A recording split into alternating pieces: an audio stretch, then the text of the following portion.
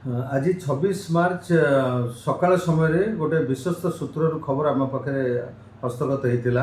अड़वा थाना अंचल केशरीगुड़ा गाँव में विपुल परिमाण में गंजेई गच्छित रही जोगुड़ा कि से गंजेई रखि व्यक्ति मैंने सेगुड़ी चालान करदेवाई बसुँच यही खबर पाई आमर डिस्ट्रिक्ट हेडक्वार्टर निर्देश जाता से निर्देश क्रमे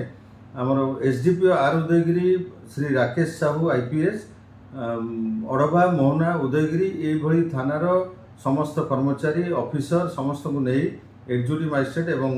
2 जन सरकारी इंडिपेंडेंट विटनेस सहित से गाँव को जाइए। पुलिस टीम पहुँचला बेलू ग्रामर समस्त लोक पुलिस टीम को देखी निकटस्थ पहाड़ गुड़ी को पलैते तापर पुलिस टीम एक्जिक्यूटिव मजिस्ट्रेट एवं साक्षी उपस्थित में तलाशी नबारे ग्रामर विभिन्न जगार आबांडन हो प्राय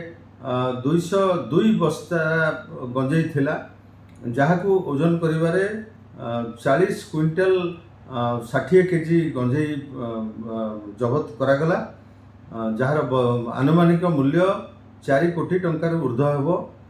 यही संक्रांत रे आमे अड़वा थाना रे